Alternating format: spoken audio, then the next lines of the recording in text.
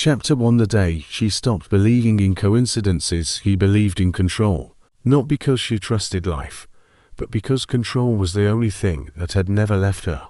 Emotions could fail, people could disappear, but discipline, routine, and silence stayed exactly where she placed them. Her name didn't matter to strangers.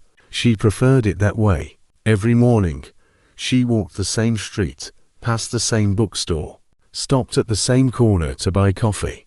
The barista knew her order, but not her story. That felt safe. Love, to her, was a word that belonged to other people. Softer people, braver people. She had once tried to be one of them. It ended quietly. The worst kind of ending, the kind that leaves no one to blame. So she stopped believing in coincidences, until one afternoon, when she missed her bus. Chapter 2. The man who arrived too early. He arrived early everywhere. Early to meetings, early to goodbyes, early to decisions he wasn't sure he was ready to make. People described him as confident, charming, easy to be around. They didn't see how often he replayed conversations in his head, wondering what he should have said differently. He liked people, but he loved distance. Distance meant freedom. Distance meant nothing could expect too much from him. That day, he arrived early to a place he didn't plan to stay, and that's when he saw her. She was standing at the bus stop, frustration written clearly on her face, pretending not to care. He smiled without thinking. "Looks like the city decided to test our patience," he said. She glanced at him, unimpressed. "Cities don't test people," she replied. "They ignore them." He liked her immediately. Chapter 3. To conversations that should have ended. They talked, because silence felt heavier than words. At first, it was practical.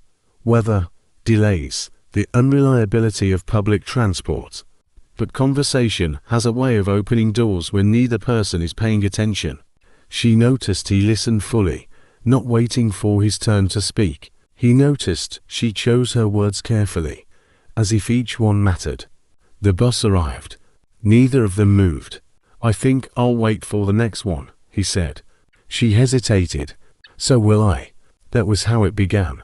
Chapter 4. Learning each other slowly. They didn't rush into anything. They met again by accident, then intentionally. Coffee turned into walks. Walks turned into evenings that lasted longer than planned. She learned he used humor to hide uncertainty. He learned she used logic to protect a very sensitive heart. Sometimes they said too much, sometimes not enough. But something unfamiliar was growing between them, something neither had prepared for. Love didn't feel dramatic. It felt calm, dangerous in its calmness. Chapter 5. The fear of wanting. She realized she cared the night she waited for his message. The realization terrified her. Wanting someone meant giving them power, and she had promised herself she would never do that again. So she pulled away. He felt it immediately. Distance, to him, was familiar, but this time, it didn't feel like relief. It felt like loss. He didn't chase her. He waited. Chapter 6. The conversation that changed everything. They met weeks later. Tension heavy but honest. "I don't know how to do this," she admitted. "Neither do I," he replied. "But I want to learn." She looked at him carefully. "What if we fail?" He smiled softly. "Then at least we'll know we tried." That was the moment she chose courage over control. Chapter 7. Love is not a feeling. Love became something steady. Not constant happiness, not endless passion, but presence. They learned how to argue without hurting, how to disagree without leaving, how to grow without pulling apart. Some days were easy, others required effort. But love, they discovered, was not something you felt. It was something you practiced. Chapter 8. To hearts, one language. Years later, standing on that same street where they first met, she smiled. "I still don't believe in coincidences," she said. He took her hand. "Neither do I," he replied. "I believe in choices." And every day, they chose each other. Chapter 9. Learning to share space. Living together didn't happen suddenly. It began with small things. A toothbrush left by the sink, a jacket over the back of a chair, books slowly mixing on the same shelf. At first, she noticed every change. Her space had always been hers alone, ordered, predictable. Now it breathed differently. He tried not to disturb her rhythm. She noticed and appreciated that more than words. Love, she was learning, wasn't about taking space. It was about respecting it. Chapter 10. The first real argument. The first real argument surprised them both. It wasn't about something important. It never is. It was about a promise made casually and forgotten easily. She felt invisible. He felt misunderstood. Words sharpened. Silence followed. That night, they slept on opposite sides of the bed, both staring at the ceiling, realizing the same thing. Love didn't protect them from mistakes, but it gave them a reason to fix them. Chapter 11. How apologies sound. He apologized first. Not with excuses. Not with explanations. Just honesty. I didn't think before I spoke, and I should have. She listened, then nodded.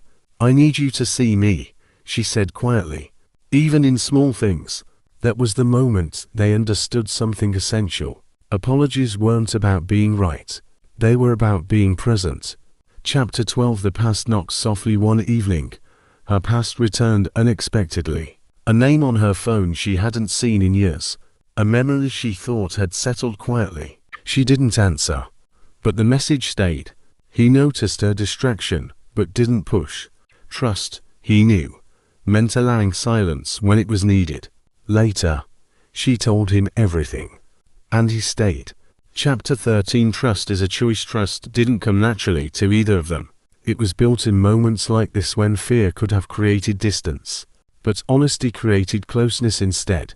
I don't want secrets between us, she said. Neither do I, he replied. They meant it.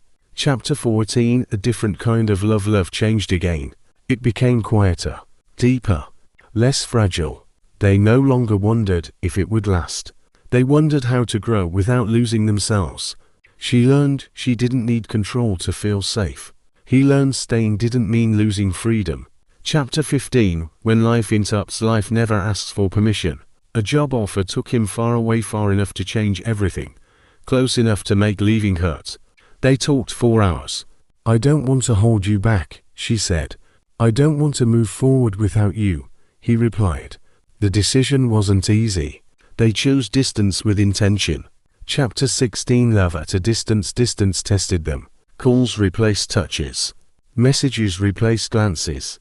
Time zones replaced routine. Some days were easy, others were heavy. But they learned to communicate without assumptions, to trust without proof, to love without constant presence. Chapter 17. The fear of growing apart. There were nights she wondered if distance would change them. There were mornings he feared she would wake up one day and realize she didn't need him anymore. They spoke about those fears openly, and fear, once named, lost its power. Chapter 18. Coming home. When he returned, it wasn't dramatic. No airport tears. No movie-like reunion. Just a long hug that said everything words couldn't. Home, they realized, was no longer a place. It was each other. Chapter 19. The question of forever. The question didn't come with a ring. It came quietly, one night, lying side by side. Do you ever think about the future? He asked. She did. Every day. Yes, she said. But not as something fixed. As something we build. He smiled. Chapter 20. Choosing again. They chose each other again. Not because it was easy. Because it was honest. They learned that love wasn't about certainty. It was about commitment in uncertainty. Chapter 21. Who they became. They weren't the same people who met at a bus stop. She laughed more freely. He stayed more easily. Love hadn't changed who they were. It had revealed them. Chapter 22. The quiet promise. One evening, without ceremony, without witnesses, he took her hand. I'm here, he said. That was the promise. And it was enough. Chapter 23. Went to Hearts. No, years later, she still missed buses sometimes. But she no longer believed missed moments were mistakes. Some delays, she learned, were invitations. And when two hearts learn the same language, they don't need to say much at all. Chapter 24. The weight of time. Time did not rush them. Years unfolded slowly, filled with ordinary days that quietly shaped extraordinary meaning. They learned the sound of each other's tiredness, the look that meant not today, the silence that asked for comfort rather than words. Love became something they carried together. Chapter 25. When the world changes, the world outside them shifted. Careers rose and fell. Friends moved away. The city grew louder. But inside their small shared life, there was steadiness. They learned that stability wasn't stagnation, it was trust grown strong enough to hold change. Chapter 26. A loss that spoke loudly. Loss arrived without warning. Someone close was gone, leaving emptiness behind. Grief moved differently through each of them. She withdrew inward. He reached outward. They almost misunderstood each other again. Almost. Chapter 27. How grief teaches love. They learned that love didn't look the same in pain. Some nights required words. Others required silence. They stopped expecting comfort to arrive in the same shape. They learned to ask, "What do you need?" and to listen to the answer. Chapter 28. The question of children. The conversation came late, carefully. Not about desire, but about fear. About repeating mistakes. About what they had inherited from their own families. They didn't decide everything that night. They decided to keep talking. Chapter 29. Choosing a future. Months passed. Eventually, the answer wasn't dramatic. It was calm. It felt right. They chose a future that wasn't perfect but honest. Chapter 30. The small ceremony. They didn't want a crowd. Just a few people who knew their story. A quiet place. No grand speeches. When they promised to stay, it wasn't romanticized. It was grounded. Chapter 31. Marriage is not the end. Marriage didn't change love. It revealed it. The same doubts appeared sometimes. The same habits required effort. But now, there was a deeper sense of a shared responsibility for care. Chapter 30. To the years that followed. Years layered themselves gently. Joy arrived in unexpected ways. So did exhaustion. Life felt full, then overwhelming, then peaceful again. They learned that happiness wasn't constant, but meaning was. Chapter 33. What they passed on. They passed on what they had learned. Not advice, not rules, but example, presence, honesty, the courage to stay when leaving would be easier. Chapter 34. Growing older together. Their hands changed. Their faces softened. But when they looked at each other, recognition remained immediate. Love aged with them, not fading but deepening. Chapter 35. The last return. One afternoon, years later, she stood at the same bus stop where they met. He stood beside her. She smiled. "Still early?" "Always," he replied. They laughed.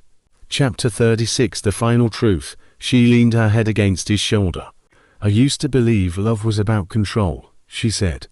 "I used to believe love was about freedom," he answered. They looked at each other. "Turns out," she continued, "it's about trust and choosing," he finished, "every day." Chapter 37. When two hearts know. They didn't need more words. Love had become a shared language spoken in glances, gestures, and quiet understanding. And when life slowed, as it eventually does, they knew this much was true. Some stories don't end loudly. They end completely. Epilogue. What remains. People would later describe their love as simple. But those who knew them understood. It was built carefully, bravely, together. And that was everything.